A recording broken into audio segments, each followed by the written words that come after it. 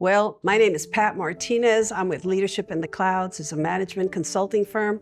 I established it in 2013. The mission is honesty, integrity, resiliency, and customer service when you talk about core values of the company. And my mission is to pay it forward every day.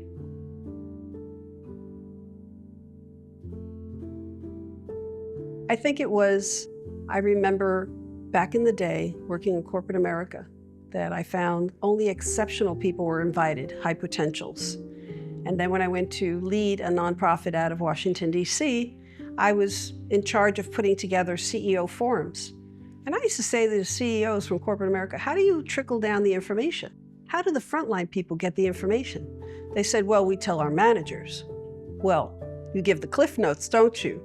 So that's what started me on the journey of thinking, how do I democratize learning, the learning experience? It should be anyone that's willing to come into the cloud, has internet access, whether by phone, by computer, access my workshops. So that's how it started. It really started with the idea of everybody needed a front row seat.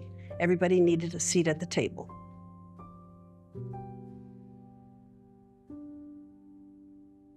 I think just living. I remember my mom working 4 jobs, making the starters to the lights that we use every day, and coming home and then having to go clean offices. Legendary is that I've moved it forward, and I want to pay it forward so that young women today, Black and brown women, and women of all cultures, feel that they have a voice and they can move it forward as well.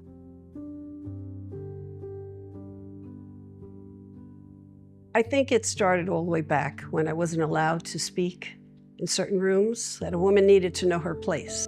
Well, I come from a culture where my aunt was an entrepreneur, Juana. She used to call me her Blue Jay. She said, never let anybody tell you you can't belong, that you shouldn't be here. So I've always had a sense of self.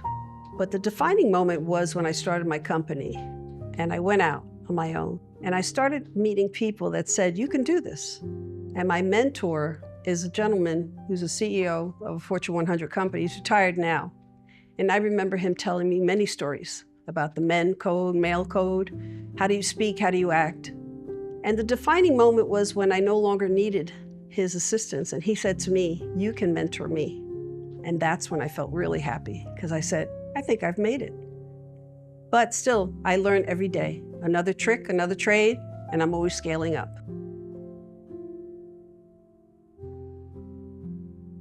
You know, there's many times when you say enough is enough.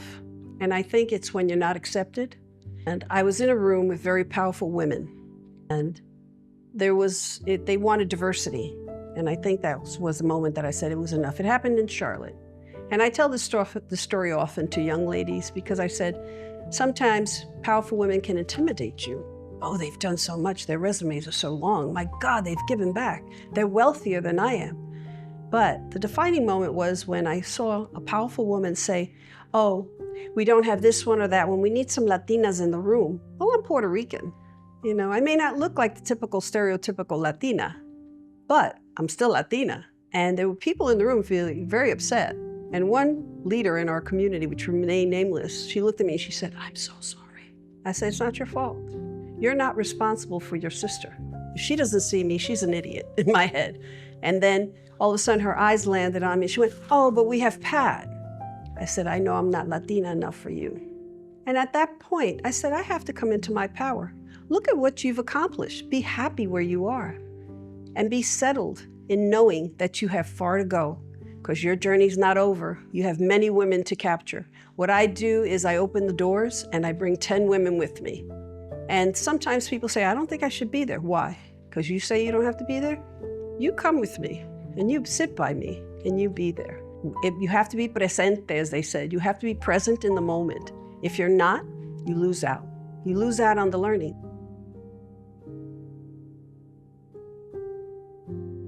I think it came with always traveling. I was always 90% of the time up in the air. Before that movie came out with George Clooney, Up in the Air, I was there. I would do exactly what he did. Look behind the people that were doing quickly, never go behind people that are having children because they have carriages and everything. So I was up in the air. I think the defining moment was then. Being alone, traveling, having to go to places on your own and being confident enough to walk in and own it. You know, I was the closer. I had to break the deals. If I didn't bring the goals in, I'd hear about it at the quarterly meetings. So I had to make the goal. The objectives were there. And I had to be better because I am a woman. I had to be better than the men on my team. I had to scale up faster, stronger, and present better. And I always had to watch out what I said and what I wore. At one point, I had to wear Brooks Brothers suits. Now I wear whatever I want because I'm comfortable in my skin. And I tell young ladies, you too will be comfortable. I've just lived longer. That's it. You just have to live. And once you have sponsors and mentors that say to you, we're in the room with you, you do it.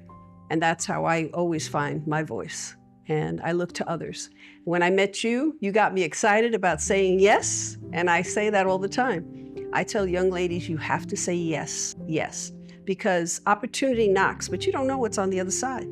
Just say yes and then figure it out later. You know, they say that's imposter syndrome. I said, no, it's not. It's saying yes to opportunity. Then figure out, because a woman that asked you to be there is not going to let you fail.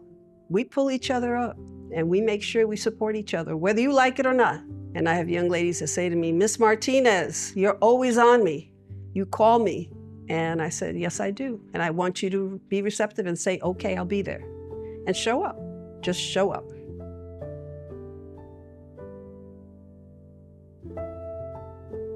You know, my child, Brigitte, came into the world at 24 and a half weeks. She spent 4 months in an incubator. I didn't know if she was going to live. And I remember the doctor coming to me. I contracted E. coli. I was in the bed. I had just had a baby, and it was my first baby, and I took care of my body. And I said, I did everything right, Lord. Why did this happen? And all of a sudden, the doctor came in and said, Mrs. Martinez, you have to come downstairs. We may have to pull the plug. And I said, I went to the incubator, and I said to my beautiful daughter, who was a pound, see-through, and I put my finger in there. I said, do you want to live? Hey, it's Mommy. And she turned to me, and she grabbed my finger. That little tiny bit of hand, it's incredible. It would fit on a nail, less than a nail. And I said, that's it. That was my defining moment. That was the pain I had to the challenge I had to overcome, because I could have been one of those, oh, I'm so sorry that this happened to me, woe is me. No, I had to be strong for my daughter. So I have to be strong. I lost another baby. I had to be strong. People were feeling sorry for me. I said, why are you feeling sorry? I'll just try again. It's fun trying. And I had my son. And my son is a beautiful man that lives in Chicago. And he always tells me, Mom, how come you never seem to feel that you have challenges? I said, I have challenges every day. It's how you present yourself. It's what you do when you wake up. I'm grateful that I woke up, and I'm grateful when I go home and I go to sleep. And I run that videotape of life each day. And I make sure I'm not hurting anybody. I'm on point. And I get another chance tomorrow to start all over again. And you just have the same 24 hours that the person that's the most wealthiest and the most popular person in the world, to the person that's a janitor in the room, hungry in the background, saying, I don't know how I'm gonna build the day tomorrow. We all have 24 hours. It's how we show up. So I always say, be in the present moment and be grateful for what you have. So challenges everybody has challenges, everybody. If you tell me you don't have challenges, you're lying. Because what's a challenge to you may not be a challenge to me, but we all have challenges.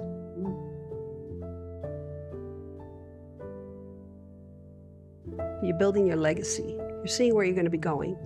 So the whole woman means to me is my journey. Everybody has scars. It's how you show them. You know, everybody sees me smiling face. Hey, I show up happy. What's the alternative? I'm going to sit back and wallow on my scars? No. Scars are always there. Everybody has scars. It's how you dress it up. So you can't put lipstick on a pig, but you could dress it up. And some pigs look beautiful these days. So it's all a matter of what you see and what's your perspective on life. My perspective is a positive one.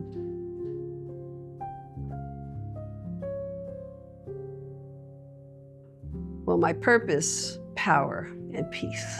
I've been told that I have power. Do I believe that I have power? I'm not sure. It depends who's saying it. But purpose, I know I have a purpose in life to pay it forward. So what I do is I use my wealth to pay it forward.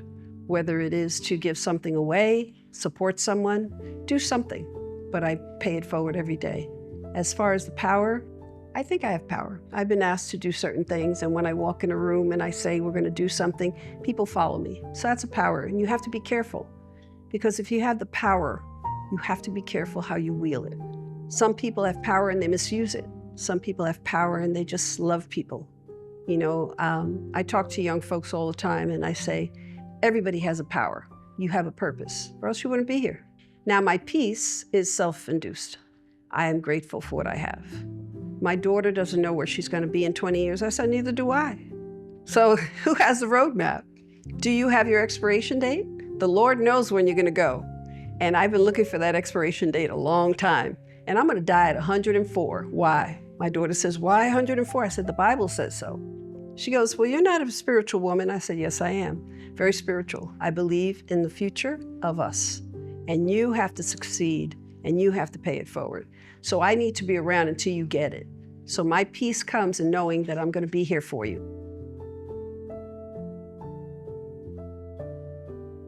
Well, in my family, I think I've shown my kids that you can do. It's si se puede. Yes, I can. And I say to them, be very, very proud of your culture, who you are.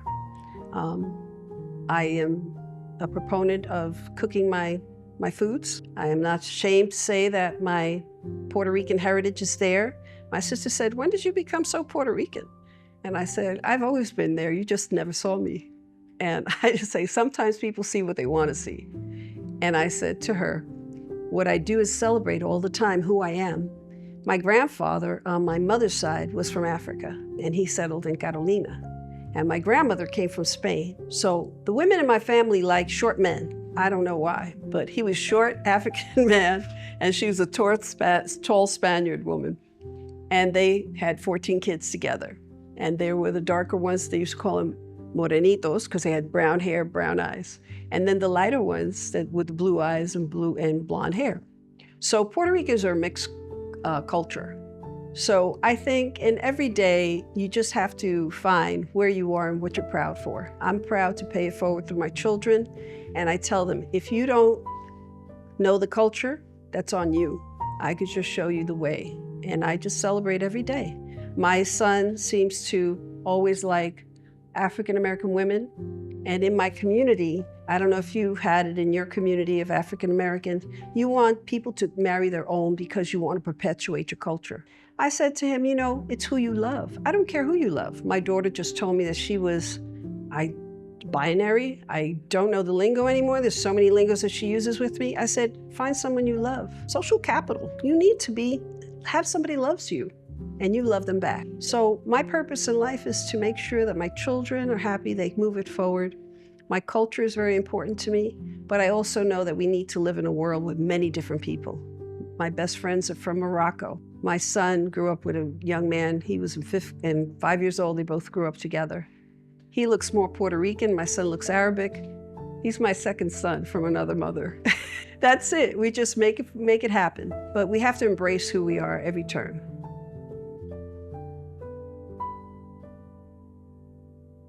That happened when I was very young. I won't share the situation because it would throw us into another conversation altogether. And I always felt broken until I met my husband. And at that point, I shared with him my experience. And he said, why did you feel broken? And I said, because at that time, I had no one to talk to. And I always felt that there was something lacking. When I got to Charlotte, I felt that there was something lacking there every time. So I had to find the inner strength. And the way I found it is through other women. Women that embraced me. They said, you know what? I see you're beautiful inside and out. And I lost my mentor in 2020, Miss Elder. She was African-American, the first woman I met when I came to Charlotte. Scared the bejesus out of me when she said to me at the precinct, you're not working, right? You're gonna vote? Volunteer. I said, yes, Miss Elder.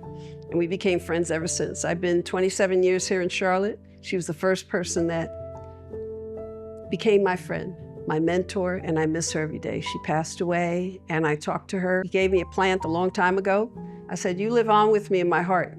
She taught me never to be fearful. Always walk in the room and just walk in with pride. Be who you are, bring your culture, bring your whole self, but never think that you're alone. There's always someone with you.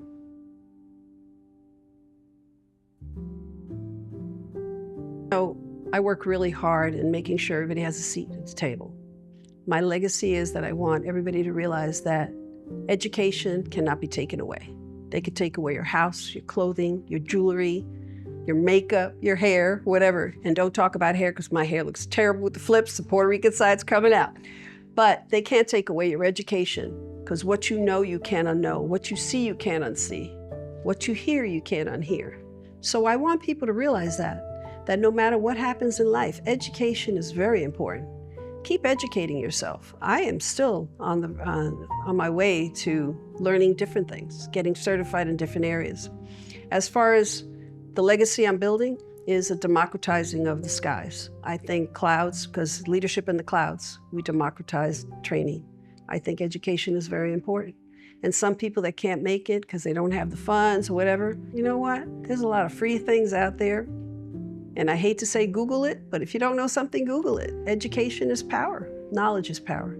So my legacy is to make sure that everybody understands that they too matter and that their education is everything. So level it up.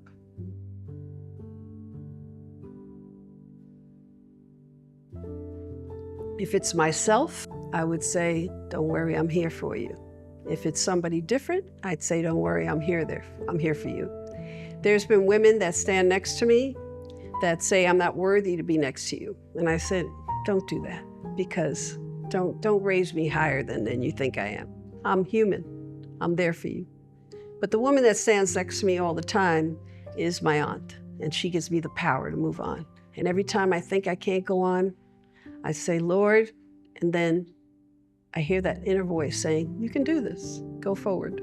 So I listen to my intuitive self, and I just make the right decisions. And if some people don't like it, I'm sorry. I base it on my needs, my family, my love, and what I want to do. So my legacy is to every woman. The woman that stands next to me is catch up, stay with me, keep going. The ride's not over yet. The journey is long, but we still have another chapter to go. So stay with me.